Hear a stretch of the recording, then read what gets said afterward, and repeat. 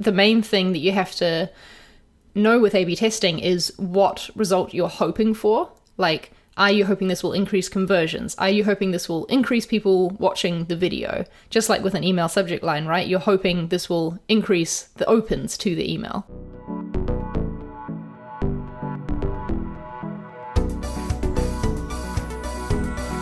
Welcome to Design Life, a podcast about design and side projects for motivated creators. My name is Femke. And my name is Charlie. Today, we're going to be talking about A/B testing, which I promise you is much more interesting than it sounds. It's something that I've come to really enjoy being able to do over the past few years as I've worked at companies that have, had the resources for running A/B tests and had people to help me out with it as well. Basically, it means you can hypothesize and test different designs and see which one actually performs better, and it helps, data inform your design decision making. So this is what I'm going to talk about today. But first, it's been a while actually since Femke and I recorded an episode, and so we've got a lot to catch up on, I'm sure. Sure, yeah. How are things going, Fem? How's life? How's work? How's side projects? It's good. How's running? Running is going really well. So I completed my Couch to 5K program, which was an 8-week program getting me from couch to 5K, I guess, which is really awesome. And like at the end of the 8 weeks, I participated in a run race, I guess. I don't really know what you call them, like event. A running race. A running event.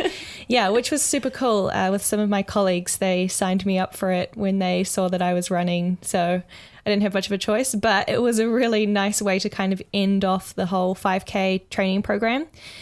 And yeah, it went like surprisingly well. I finished in just under 30 minutes, which was super cool. I think I was like the fifth or eighth woman across the line out of like total of 70 people. So Fem, that's amazing. Yeah, it was, I surprised myself for sure. So yeah, that gave me a little like boost of extra motivation. Now I'm training to get to 10K, and I'm doing like a 5 mile, which I still haven't figured out how many kilometers that is. I think it's like 8 race at the end of September. So I've got a little while to get there. I'm sure I'll get there. But yeah, I have kind of surprised myself at this new hobby/sport that I started doing a couple months ago. Yes, who knew that you had all this running talent just hiding away? Oh, stop. I wouldn't call it talent, but it has been really fun.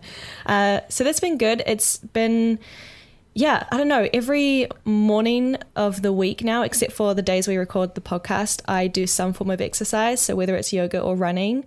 And I don't know, I feel like that has given me a lot more energy throughout the day at work and when I'm working on my side projects and things like that. So I don't know, it's been a nice like mini lifestyle change for me, especially at this time of year with the good weather, like it's easier to get out there than if it's cold and wet. So yeah, that's going well. Work is pretty busy all of a sudden. I was kind of like hoping that during the summer months it would quieten down a little bit, people go on vacation, and I was thinking, oh, maybe I can start getting into work earlier so I can leave a little bit earlier and enjoy the daylight. But that hasn't really happened because I've been really busy with my projects. But it's a good busy too. Like I'm really enjoying it. That's good. So yeah, things are overall going pretty well. I also went to Rome over the weekend, which was really nice. And I left my laptop at home, which is one of the few times that I do that when I go away. And it was so nice to just like quote unquote disconnect, I guess. So yeah, it was a super nice time. I'm planning on doing that this weekend actually. Thursday night, Mark and I are heading to Spain for his company summer party. They're like flying everyone over to Malaga, and we're going to be staying in some glamping tents, I think. And there's a pool at this like finca we're staying near. So yeah, I'm going to use that as a disconnect time as well, because there's just a lot on and I feel like I need this break. It'll be good for me. Yeah, tell us about your last few weeks. You've been in the US, you spoke at a conference, like you've had a crazy past few weeks. Tell us more about it.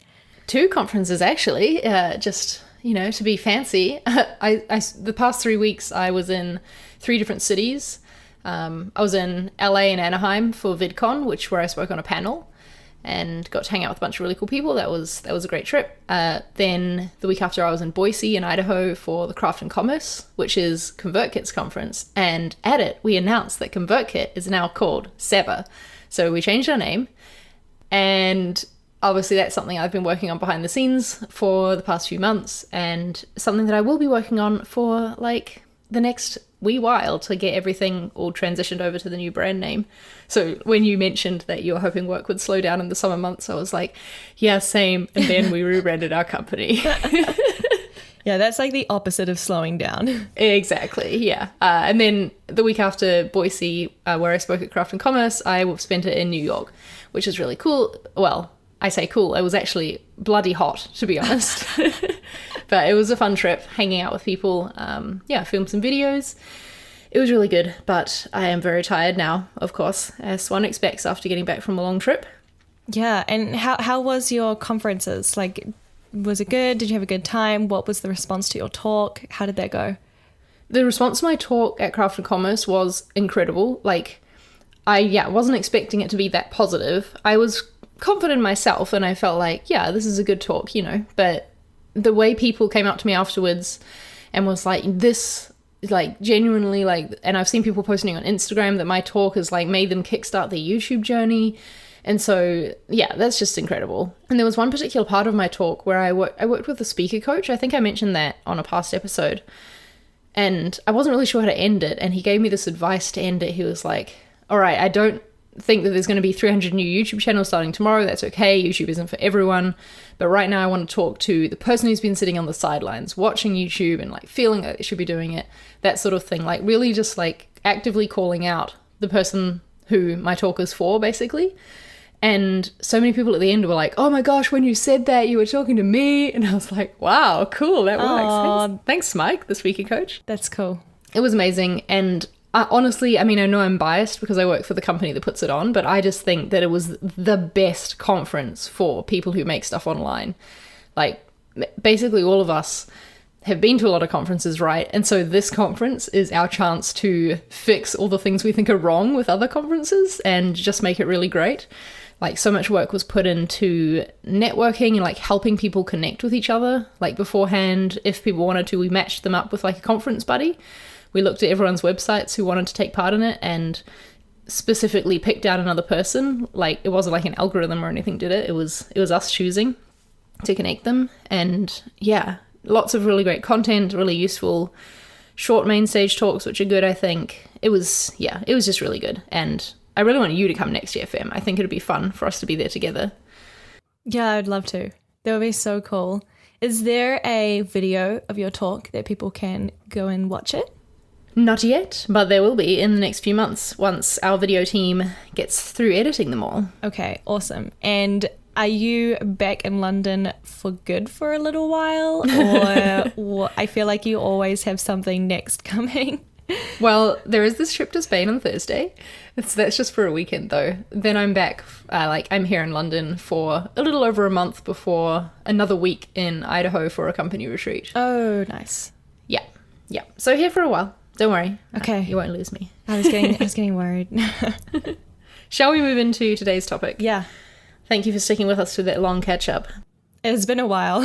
Yeah, Fem and I needed to catch up just as friends as well. Yeah. So A/B testing, is this something that you've done much before, Fem?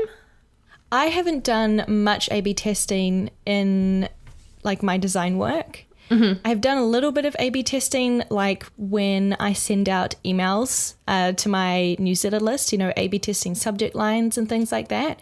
But in terms of A/B testing design and, on marketing sites and in the product and things like that, I haven't personally participated in this.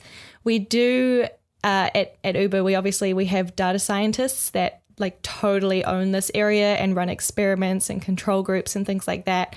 I haven't yet been involved in that part of a project yet, but I probably will be towards the end of this year. So I'm actually sort of in the stage now where I haven't dabbled much in it, but I know that I will have to soon. So I'm kind of curious and interested about this topic and keen to hear from you actually, because I'm pretty sure you've done quite a bit of A/B testing. Is that right? I don't know if I'd say quite a bit. Like, it's not like it's a specialty of mine, but I've definitely dabbled in it throughout my career. And the fact that you've done it with email testing, email subject lines, means that you know the basic concept of it, right? Which is that you have your current thing, or like the main thing, and then you're wanting to test a different version of it to see if perhaps it performs better. And so you run like a split of traffic to each one. In emails, it like sends the traffic, sends that email subject line to half the audience or whatever, and then you see what performs better and you can learn from it. And it's the same with designs, is that you have two different hypotheses of like what could be the good design solution to this problem. You run traffic half to each and look at the results from there. So from that, the main thing that you have to know with A/B testing is what result you're hoping for. Like, are you hoping this will increase conversions? Are you hoping this will increase people watching the video? Just like with an email subject line, right? You're hoping this will increase the opens to the email. So some kind of hypothesis or something. Yeah. You have to have that hypothesis and that metric in mind so that you know what to look for in the test results, basically. And there might be things in it that surprise you, but yeah, you have to design with that point in mind. You're not just designing two wildly different versions for no reason, you know? I don't think there's any point in testing for doing that. For example, at the moment, I'm working on building out a test for the new Sever homepage, where we've got we know the basic amount of information people need to know. We didn't know they need to know about our features. We know they want to know from our customers, that sort of thing. So I know the building blocks of what needs to go in it, but there's many different ways, of course, right? You could talk about the features of a product on a homepage. And so we are testing our current homepage, which is basically just a header and two links that drives you elsewhere on the site. We're just doing an ABC test. So it's 3 different versions. It's that compared with 2 different designs of the more information page in 2 different methods of delivering the information, essentially. So we're going to run this thing, send a third of the traffic to each, and see which one increases trial signups is the idea. Okay, and I have so many questions. Okay, go for it. Dive in.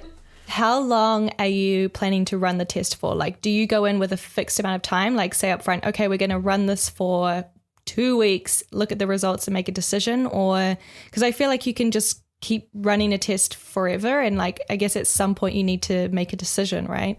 Yeah. So I don't run the test myself. We have a wonderful data analyst who runs the tests, and there is a thing called statistical significance. And I don't know exactly what the number is, but you do need a lot of traffic for results of a test to actually mean something. If you only test it with 100 people, 100 visits to the site, you can get an idea, but it's not going to be a whole lot, So yeah, I don't know the exact number, but I'm pretty sure it's in the thousands of visits you need to get to the site before you can have statistical significance. We had a question in the community actually about A/B testing tools, and the tool that we use at Sever for testing is Google Optimize. So basically, and I've been able to jump in and help set up tests myself, not myself, I mean alongside Erin, our data analyst, because basically you edit the code in Google Optimize to tell it what to test, essentially, if that makes sense.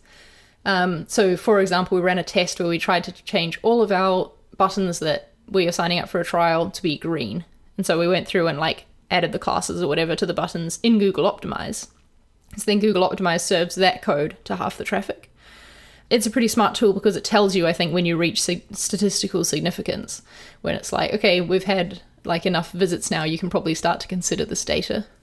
Yeah, that totally makes sense. We have similar sometimes when we run surveys, so when we're doing research, and sometimes we get very low responses and sometimes we get obviously lots of responses, and our researcher always reminds us if it's a very low response rate to keep in mind that this kind of gives you an idea, but it's not totally reliable data to sort of start making big decisions on. So kind of similar there. It makes sense that obviously there's a limit or an amount that you have to reach before it really means anything, right? Yeah, for sure. Another question I have is, how do you decide who gets what test? Who gets test A, who gets test B, or is that totally randomized? It's totally randomized. Yeah, it's up to the tool to split the traffic. It makes sure that there's 50% of the traffic is going to each sort of thing, It always ends up maybe not exactly 50%, but that's what the tool aims for, essentially. So it's random. There's no like bias or human bias involved in who gets served what. And do you always have a version that's like the current version that's basically unchanged that you're testing against, or are all the versions you're testing new things? Do you know what I mean? Yeah, I do know what you mean. And that's actually the reason why we're doing an ABC test for this homepage one that I was talking about, because I do have two different new designs that we're hypothesizing could work, and we want to see like which one performs best. But to truly be a fair test, you have to have like a standard variable. Is that the word? I don't know. I'm trying to talk science here. But something has to not change, right? That's like your baseline. So our baseline is the current homepage. We know how it's been performing because we've been like had it as our homepage for the past however many months, right? So we've got the data there. So you keep that in the test so that you can see how that one performs against the new things. Because also you might find out that the current existing one is actually better than the new things that you have. And you can't know that for sure unless the current existing one is part of the test. So yeah, ABC means that we will keep that old homepage along with the two new ones and not just test the two new ones. Yeah, that makes sense. I think we do something similar at Uber where we have what we call a control group. Yes, that is the word for it. That is the smart science word. I wasn't sure if that was just like an internal word that we used. No, that's definitely it. Okay. Yeah. So I've heard of this before where you have a control group, which is basically like the existing experience or whatever, like unchanged, and you can measure against that to see what the results are. Yes, exactly. And I think that's really good because it keeps your ego in check as well. Because like, I'm sitting here thinking, obviously these two new homepages I've designed are better, right? I've put all this time and effort into them. They've had all this design consideration. So obviously this is what's going to win the test, is one of these two things. And so it's really important to keep the control in there because you might be wrong, you know? Yeah. Sometimes I'm wrong, and I need to admit that. And so that's what I like about A/B testing in general, is that you get to check your reasoning and your hypothesis with data and see what actually works. Yeah. So, big question for you, because I think that there'll be some people listening to this having the same question, which is, how do you justify or convince those in your organization that A/B testing is worth investing time into? Because obviously it takes some time to set up or think about the tests and do the hypothesis and the analysis and things like that. And so how do you convince them that this is something totally worth doing and important and we should invest our time and resources in? So I think that it's the concept that the greater the risk, the greater the reward, you know? But when you're risking making a change to a site that's getting like thousands of visitors, like, you know, thousands of people signing up each month or something, making a change that could mean that, you know, that drops by 20% is scary and could have a huge impact on the business. And so with A/B testing, you're only like testing this hypothesis with a small amount of traffic. So you're not just serving it up to everyone and hoping for the best. You're being very purposeful about how you're testing this new idea, this new thing that could potentially do really well or could potentially perform really poorly, right? Because there's this bit of a risk involved. And so by testing, you can be sure that it's the right choice and then move forward and implement it and serve it up to everyone. And it'll have less impact on the business and you can be more sure of your decisions. And also you can learn from every test that you make and apply it to future things. So for example, and it sounds really obvious, but I'm going to say the results of this test anyway, we ran a test about standardizing the call to action colors across our site. So like I said before, every place that you were signing up for a trial was green. Every secondary call to action was blue or something like that. And whether that was watch a video or visit the features page or whatever the next thing is, like less important thing we wanted someone to do. And I think I would say that I was skeptical of how much that mattered. Like I was thinking of the buttons in their place, like, oh, this button is on a blue background, so it should be white so that it stands out the most or whatever. But we went ahead, made them all green for the test, and it really did work. And so that was really good because I learned and like could see in data the importance of that and how much it actually helped to have everything standardized across the whole site rather than just across one page. And again, like I said, it sounds obvious, but I needed to see it in data before I could fully understand the impact of that. And I ran off on a total tangent there, but basically to say that that change helped increase our conversion rate. It could very easily have not as well. Like I said, green buttons on blue might not have stood out as much, and so it could have dropped things the other way. So by testing it, we were able to learn that it was the right choice before we went ahead and implemented it for everybody. And I think that having those ideas and taking those risks is great if you can test it. And it'll eventually help your business grow more if you're putting the effort into testing these hypotheses. Yeah, it makes sense. Like if let's say you don't do a test, right, and you go with your assumption and your gut feeling and you roll something out only to realize that it's not working that well or it's failing or whatever.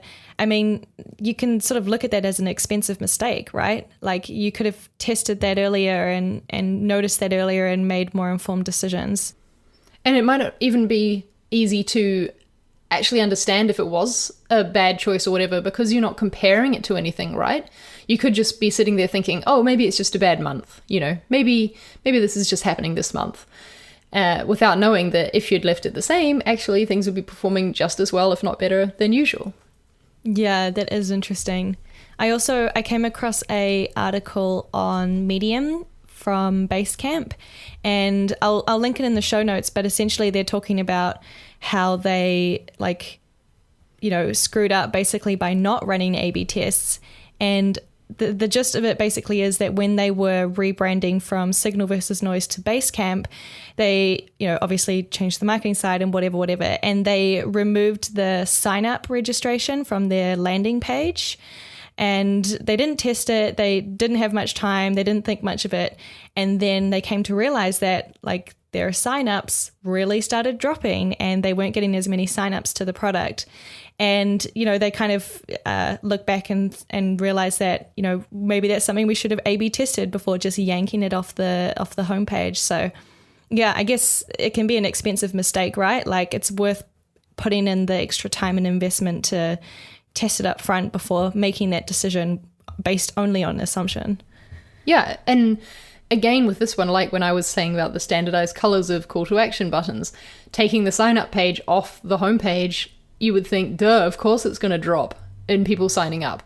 But that's the thing, is that we get so bogged down in the details of our designs and, going off on this one trail, that it can be really hard to be super objective like that.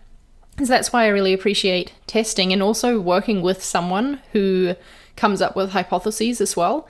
So Erin will, do a bunch of research and say, hey, based on this, I think we should add this to our blog. For example, we added a progress bar to our blog, so that as people were scrolling, they could see the progress. How long left? Yeah. Yeah, how long left, essentially.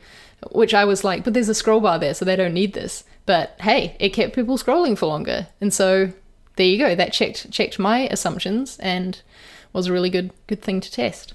I just think that we can all learn a lot from A/B testing because you never quite know. As smart as we are as designers and as, much experience as we have, you never quite know what people are going to do with your designs. And you know this from user testing. And A/B testing is kind of like hands-off user testing in a way, in that you never speak to the person, you never know who they are, but you see the results in what they got served, like which test version they got. Yeah, super interesting. Do you have any examples, like you shared earlier about the green button and you shared now about the progress of blog posts? Do you have an example of an A/B test you ran that failed, I guess? Like maybe you created a design or experiment that you thought was going to succeed and you thought that was going to be a better experience, but it actually turned out that the original one sort of trumped it? So it wasn't technically a design change, but an information change, in that at the bottom of our blog posts, like the call to action before the footer, led people to request a demo, right? So fill out a form, and if they've got over a certain amount of subscribers on the email list, then they would be talking to someone on our team and getting a demo. We changed that to link to signing up for a free trial. So removing that step and just getting people into the product. We thought this would increase conversions. People would be more interested in a trial than a demo. And it turned out that not that many people actually scroll far enough down the page to even see our call to action. And so it was kind of like a thing that wasn't worth worrying about that much, I think the difference in clicks to each was 11, I think literally Erin said. In total. Yeah, in total. So that's not really a test that performed very well or like gave us a very clear answer, you know? Yeah, super interesting. I guess, I mean, this is another reason, a good reason to test, right? Is like you have this assumption of, oh, well, maybe if we change this to, you know, be a call to action to sign up for trial, like we'll get more signups to trial. And you don't really know until you try it. Yeah, exactly. That's what I think is really fun. And I feel like it's made me a smarter designer to have these, like, yeah, have these tests running and be learning from. And like I said, just cut me down a peg sometimes too when I think something won't have an impact and then it does, or the other way around. I think it's all learning, right? It's learning from your own designs. We had a couple questions from Lorena from the community, and I'm going to sort of roll them into one. She asked a little bit about metrics and traffic. So what base metrics should you look at prior to running a test, and is there a specific amount of traffic you should have in order to run an A/B test? Any thoughts there? I know you talked earlier about like, you want to have sort of in the thousands rather than in the hundreds. For any other sort of numbers that you want to throw out there? I think her question about the base metrics is an interesting one because there should always be a reason that you're testing, right? Like I was saying at the top, you need to know what you're looking out for. Is it increasing clicks to this button? Is it increasing video views? Is it increasing time on site? Just like a regular science experiment, you can't test everything at once and like change everything at once. You have to have this controlled testing environment. And so you have to be very purposeful about what you're designing for. We know that as designers, right? If you try to make it appeal to everyone and like if everything stands out, then nothing stands out.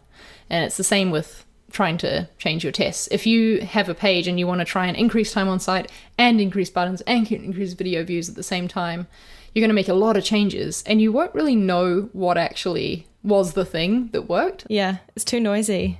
Too noisy and too many variables, which mean that you don't actually know if changing the play button to look like this increased video views, or if it was the fact that you did this other thing that you designed actually to make people stay on the site longer. There's a lot of variables going on there.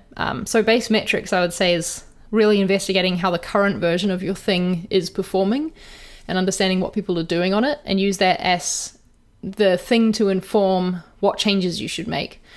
So, for example, with the scrolling one, like the progress bar, we saw that people weren't scrolling all the way through a blog post. And so the hypothesis was, let's add this progress bar and see how much further they scroll if they have it, And that idea for that test came from looking at how the current blog post was performing.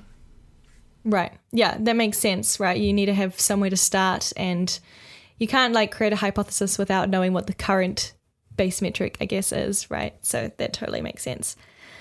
And do you have any recommendations for tools or resources, like people who want to get started A/B testing but maybe just aren't really sure where to begin or how to actually get a test set up and running? I know that you have someone that helps you do all of that, but anything you can share?